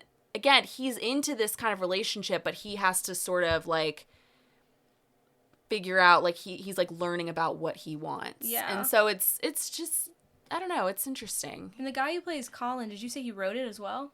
No, his name was also Harry. So it was directed, I don't know if it was written by, but directed by Harry Leighton. But then the person that plays Colin, his name is Harry Melling. He's actually the one from, do you watch the Harry Potter movies? Yeah, he plays... not Dudley. Yeah, I think it's Dudley. Yeah, I didn't watch them, but I do know that he's Dudley in those movies. Yeah, so which is crazy to go from Harry Potter to this. I haven't heard of him in anything else, really. Oh, I've seen him in so many things. Oh, really? Yeah, okay. He's like, shout out to him. Sorry. This is the first time I've seen him in like a romantic movie. How was the chemistry? It was interesting. Well, again, it's hard to be like, oh, they had really good chemistry, because the first like half of the movie is like them, you're just like, oh, I don't really like Ray. Like, he's kind of like, you feel like kind of bad for Colin. And so, but then they like, as they start like throughout the movie, because Colin really wants more. He's like, I would like to go like on a date. Like, he kind of like wants to actually, he wants a day off. Like, he wants to, whatever. And at first, like, Alexander Skarsgård's character almost sees this as like a purely like business kind of relationship. Like, this is what I get out of you, this is what you get from me, or whatever. But then he like starts to kind of, you can tell he's like actually having feelings for him. And so then later, it's almost like, it's not enemies but then it gets to kind of lovers, sad. but it's like, I don't know. It's almost like business partners to lovers. Yeah, because again, like, he sees this as sort of like a transactional relationship, and it's like you get no depth from him at all. Yeah. Okay. Interesting. Yeah, I enjoyed it. I recommend it. Nice. I don't think you have to watch the unrated version. It really wasn't like there was only like 2 different really scenes, wanna, like, but if you want to, I don't know. go off on HBO, I guess. I don't know. Yeah.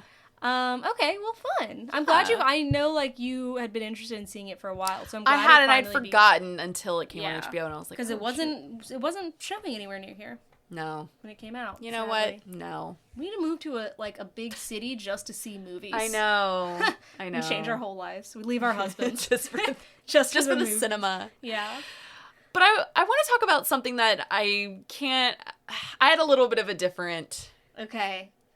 I view thought on about this. watching this, and then I was like, no. I'm going to tell you not to. Okay. So, I watched The Burrows, which is a show on Netflix, and it was created by the Duffer Brothers. And so the best way I can kind of describe it, and I feel like a lot of people are describing it like this, is it's Stranger Things for old people. That's like, what people have Stranger said. Things with old people. And I'm also curious. Actually, I'll say this thought after you talk about it. Yeah, and so it stars Alfred Molina, who plays this recently widowed man named Sam, who his wife has just died, and so his family is moving him to this retirement community in the middle of New Mexico. And if like you don't know literally this, out in the middle of nowhere. if you don't know this actor, he's famed for playing an octopus in multiple movies, roles. yeah. Multiple roles. I love Alfred Molina. And so actually, I will preface this by saying, like, I came into this show being like, oh, I love the cast. Like, there were a couple people from this show that I, like, really liked. And so, but basically, so this retirement community that he goes to, it's like, it looks picturesque, it's like idyllic, but you find out that not everything is what it seems, and there's like something like otherworldly happening. Yeah. And so basically Sam is like, at first he kind of is like resistant to living there at this retirement community because he doesn't want to leave his home, and his family just kind of drops him off, and it's like, oh, okay. But he ends up making friends with this group of other senior citizens, and they have this they kind of have to fight this threat together. And so the friends are played by Alfre Woodard, who I really like, Gina Davis, and Dennis O'Hare. And I love all of them. Bill Pullman is in it for a little while. And so it's a really good cast. And so basically, like, I'm going to get into some spoilers. Okay. Just going to talk about it for a second. But basically, the whole thing is you find out that the founders of this community are using an alien-like creature named Mother to harvest the residents' brain fluid, trading it for a magic elixir of eternal youth. Yeah. Oh, okay. And so it's kind of reverses the trope of, like, kids fighting monsters. Which I do kind of like that. Yeah, I did.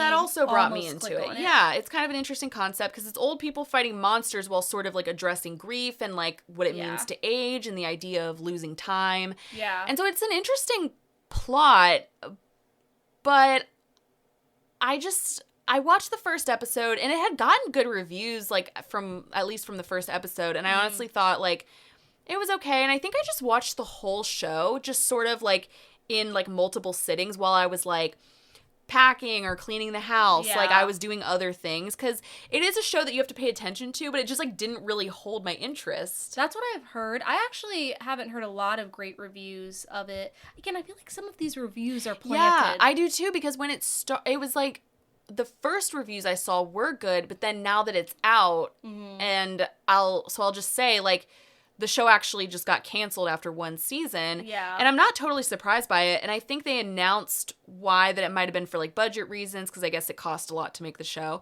As but always for with me, a I don't think I project. would have watched a second season. No.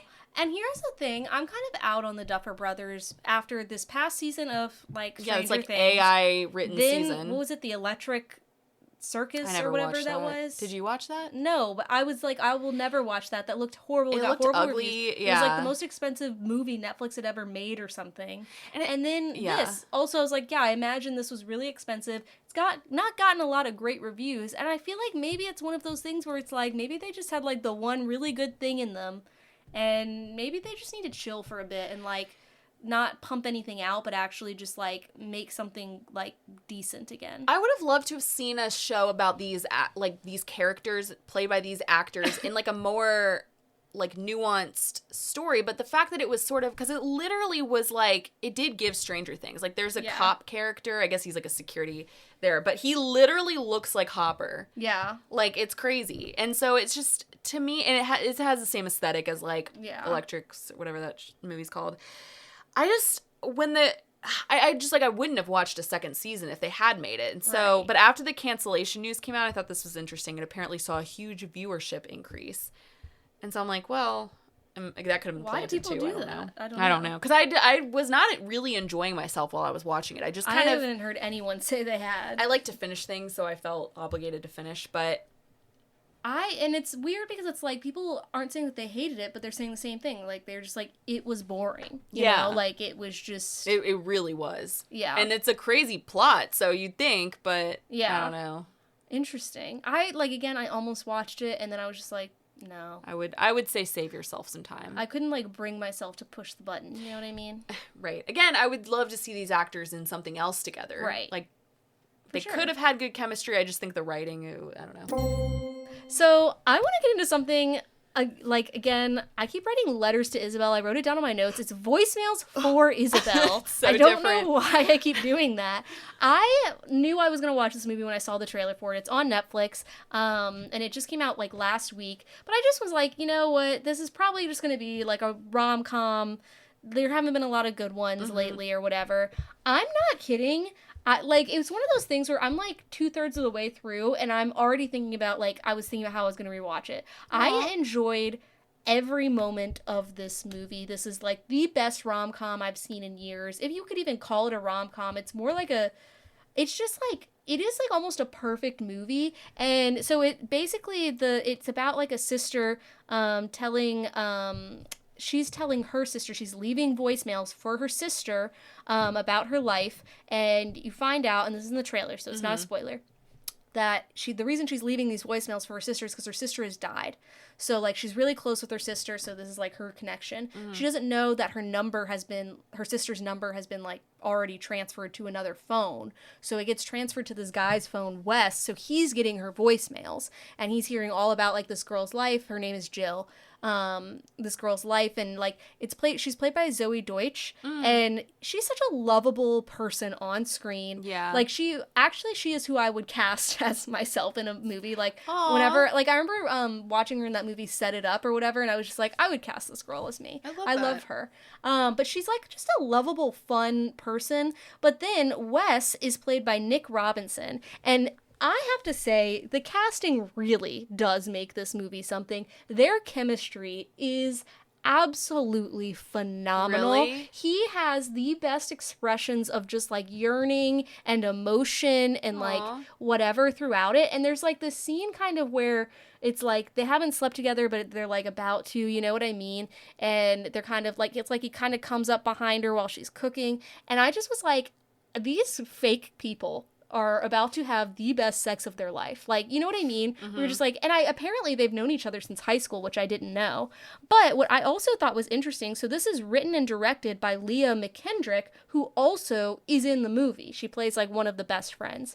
But basically, so he like kind of starts falling for Jill through her voicemails, and so he's like, I think I need to like go see this girl because I'm interested in her. And then it becomes this whole thing of like, they really start falling for each other, but he hasn't told her yet that he had received her voicemails for her dead sister. Oh. So it kind of is like this underlying thing. But what I think is really beautiful about this movie is it conveys this relationship between the two sisters in the beginning. In the first 15 minutes of the movie, I was sobbing. Like, I'm not kidding. And it's the way it's told. It's like, it's not drawn out. It's like these simple, like just looks at their life, because the sister has cystic fibrosis, the younger sister, and Zoe Deutsch's character is kind of like I'm gonna stand up for you, like I'm gonna like fight people if I have to, like she's like a quirky, like whatever, you know, typical character like that. And again, this is not a spoiler, it's literally in the trailer. The sister ends up dying, and at the funeral for her sister, I'm like gonna cry talking about it. Like, she says this line where she's like, just think about how like Isabelle could have been born at like any time in any place, and like how lucky are we that she was born to be with us, and we got to do things like eat pancakes together and lose our little teeth together and like paint each other's toenails. Aww. And I just was like, I'm not kidding. It's one of those things I forgot I was wearing mascara. So I literally like went to wipe my eyes. I was like a raccoon with mascara on my face, on my hands, and I sat there like that for the rest of the movie. Like I was like, I'm not moving. I'm not getting. I was bawling my eyes out. And I think like the key to this rom-com is like, to a good rom-com, I feel like people try to like get that like 90s rom-com magic, and they all just do it stupidly. But the key is like, one, like the chemistry. Two, there has to be a level of unbelievability that is just right. Like, it can't be so unbelievable, which we'll talk about when we get to the movie that you all voted on, forced me to watch. Mm-hmm. It can't be so unbelievable that you're just like, wait, what? Like, it has to be... And I thought it was interesting, like, people were talking about, like, this movie has gotten great reviews across the board unless the review is by a man. And then the man will say, well, this is really creepy, like, he basically, like, stalked her and blah, blah, blah. And the women are like, no, it's not about that. Like, we obviously don't want someone to stalk us in real life. It's about the fact that he took the time to listen to this, like, you know, hours of voicemails from this woman, fell in love with her, and then, like, basically, like, they built a relationship out of that. Yeah. You know? And I think, like, I am so excited to see, like, what Leah McKendrick does next, because this is going to be a long quote, but I just really thought this was, like, she was doing an interview kind of talking about, like, her perspective, like, on love, because it's not just a romantic love movie. It's about sisters. It's about friends. It's about, like, finding, like, grief and letting go. But she said, we focus so much in our society on romantic love, and we say, I haven't found love, I'm looking for love, as though the only type of love that exists is romantic love. And then you have to realize you love your parents, you love your siblings, you love your friends. I have such intimacy with my girlfriends in a way that is impossible to find in the world, and I feel deeply connected to my husband, but it's different than what I have with my sister or my girlfriend or, like, my parents. And she said, and when I die someday, I will know that I have lived a life full of love, and one part of that was romantic love. Yeah. And I thought that was so beautiful. That is. And I think that's, like, really the sentiment of the movie. And again, also, like, people keep saying, like, welcome back Nick Robinson. I don't know if you know who he is, but he was in, like, those movies where, I think it was, like, With Love, Victor is, like, what it's called, or, like, I've never seen them, With but Love, I've Simon. heard it. Yeah. Something like that. Anyways, and I was like, where did he go? But I guess he just hasn't done a lot in a few years, and people really loved him. And there's a scene, like, literally, again, this is, like, the same energy but opposite of when I said I wanted to join that fight on Love Island. Mm-hmm. Like, at the end, it's, like, the typical, like, running kind of scene where he's, like, running to the girl. My whole body was, like, energized. Like, I was sitting there, like, I was, like, ah! Like, literally on my couch by myself. And, I was, like, I want to, like, join into this movie. Like, I want to, like, jump through my screen. Like, that kind of energy. Aww. And it was just, I literally was, like, again... in the movie, like, a bunch of people have been posting like TikToks where they're like, I'm gonna start watching, like, voicemails for Isabelle, I'm so excited, and then they'll be like, I just watched voicemails for, like, people will be like, that was a good ass movie. Yeah. Like, I literally, like, Chris, when he came home, because he, like, came home kind of towards the end of me watching it like a raccoon on the couch. Yeah. And I just was like, he was like, oh, like, what are you doing? Like, he was trying to, like, be like, how was your day or whatever. I was like, no.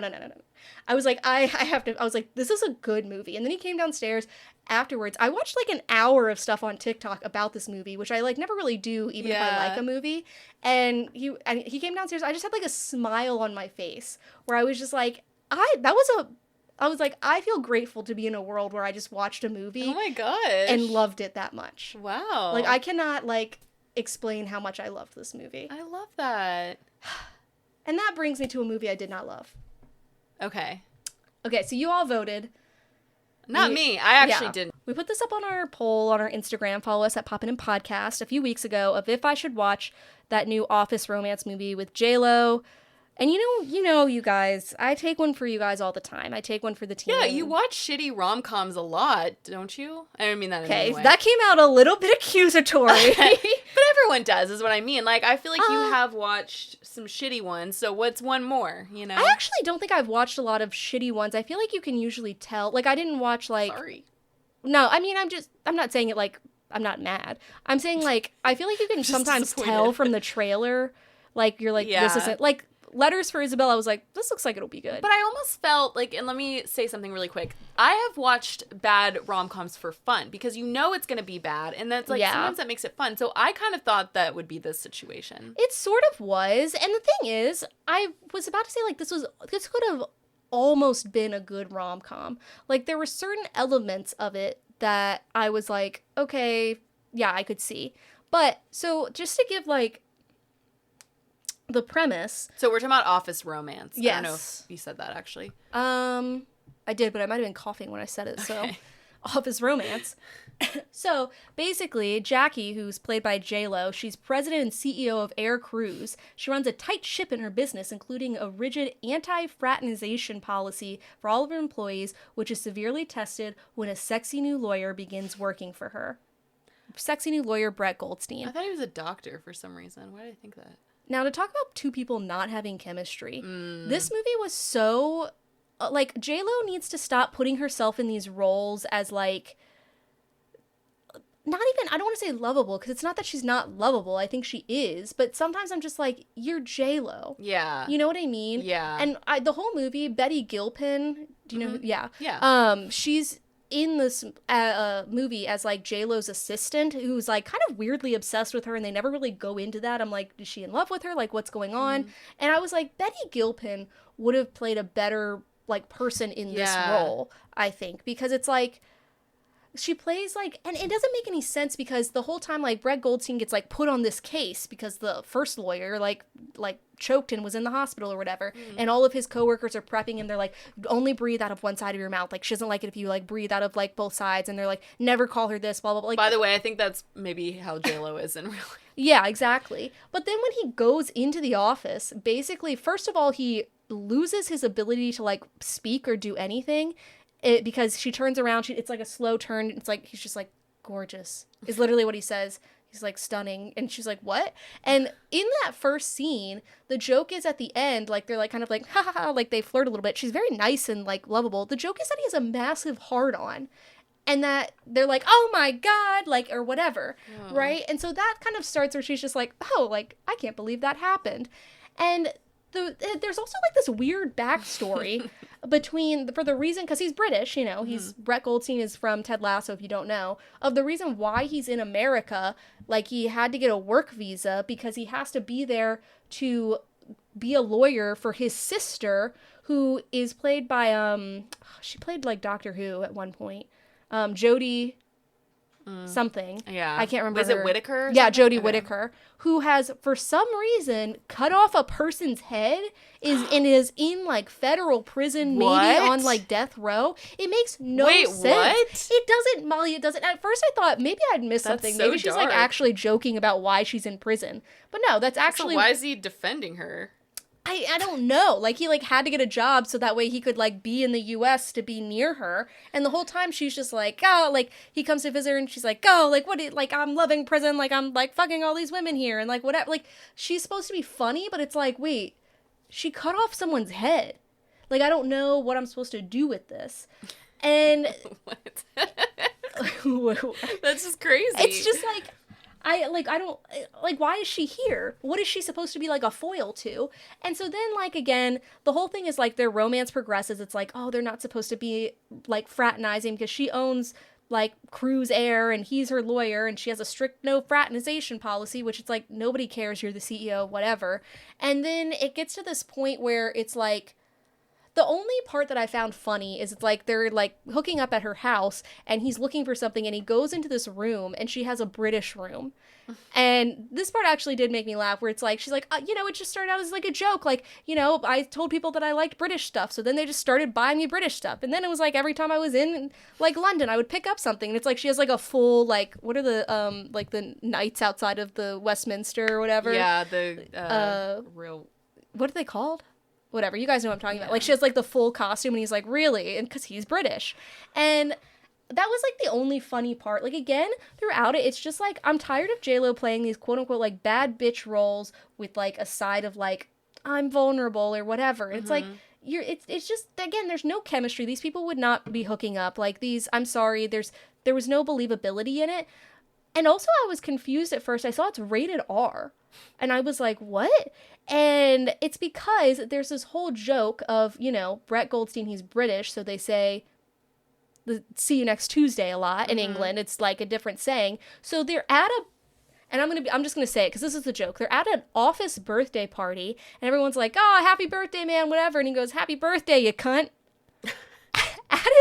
And then he has to go to HR, and he's like explaining to them, he's like, no, like it's a cultural thing. Like in the UK, like we say it differently. And he explains like, you can say it like when you're sad and you're just like, oh, cunt. And like you can say it when you're angry or whatever. He says it probably about 17 times. Yeah, I think Brett Goldstein like loves that word. Yes. I feel like he's said, well, I guess every British person does, I don't know. Yeah, which I just was I like, know that about him, as he does say that a lot. crazy to go for an R rating over a joke about that, but okay. Yeah. But also I think the R rating part also is probably because the whole thing is Betty Gilpin's character is like pregnant throughout this, and suddenly, you know, unrealistic birth scene, she's like yelling at Brett Goldstein because, I don't know, Brett Goldstein's making J-Lo happy, and I'm like, maybe like Betty Gilpin's in love with like J-Lo's character. I don't really know what was going on there. But so she suddenly goes into labor, like her water breaks at the office. It's just her and him, and he's like, okay, we need to like call an ambulance, and then it's like, there's no time. She's never had a child before. Yeah. First of all, she is giving birth in the office. J-Lo comes in.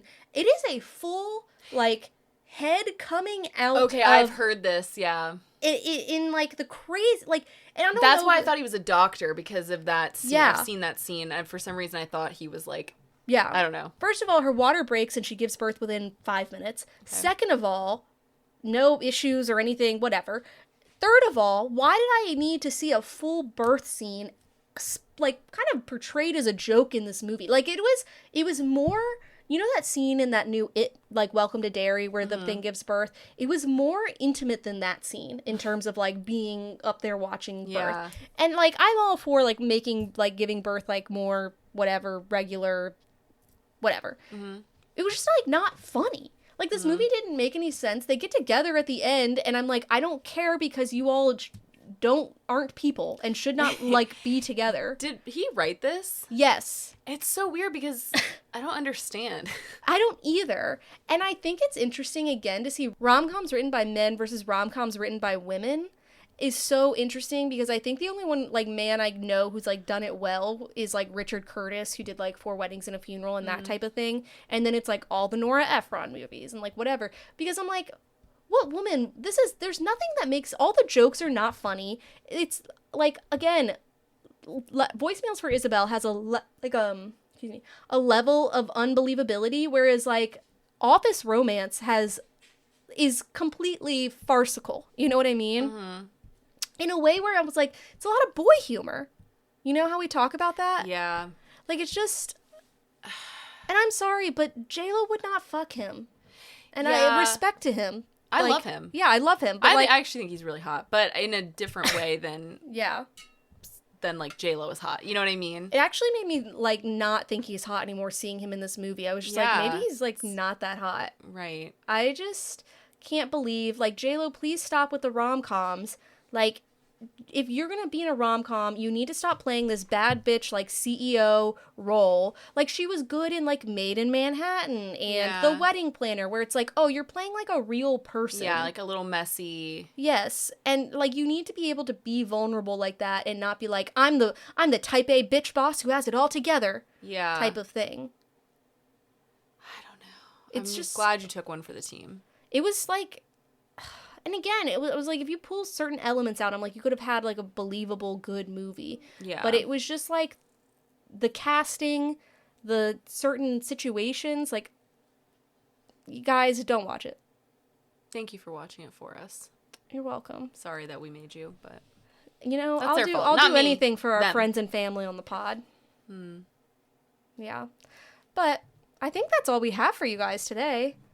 Yeah, this was great. We really took like a spin around the world here. We've been viewing. And that's what I plan to do like over the next week, honestly, because it's going to be so hot out. What else am I going to do? Yeah. You let me borrow those James Bond movies. I've never seen them before, so that's exciting. Maybe you'll be popping in with James Bond next time. Yeah, I mean, stay tuned, and maybe you'll be popping in with New Orleans. Hopefully. Yeah. Because she's going. Sorry, we should clarify. Not just like random city. But anyways, thank you guys for joining. We hope that you share this with your stalker fans. We hope that you share it with your sexy foxes. And most importantly, we hope you share it with your girls. Until next time. Bye.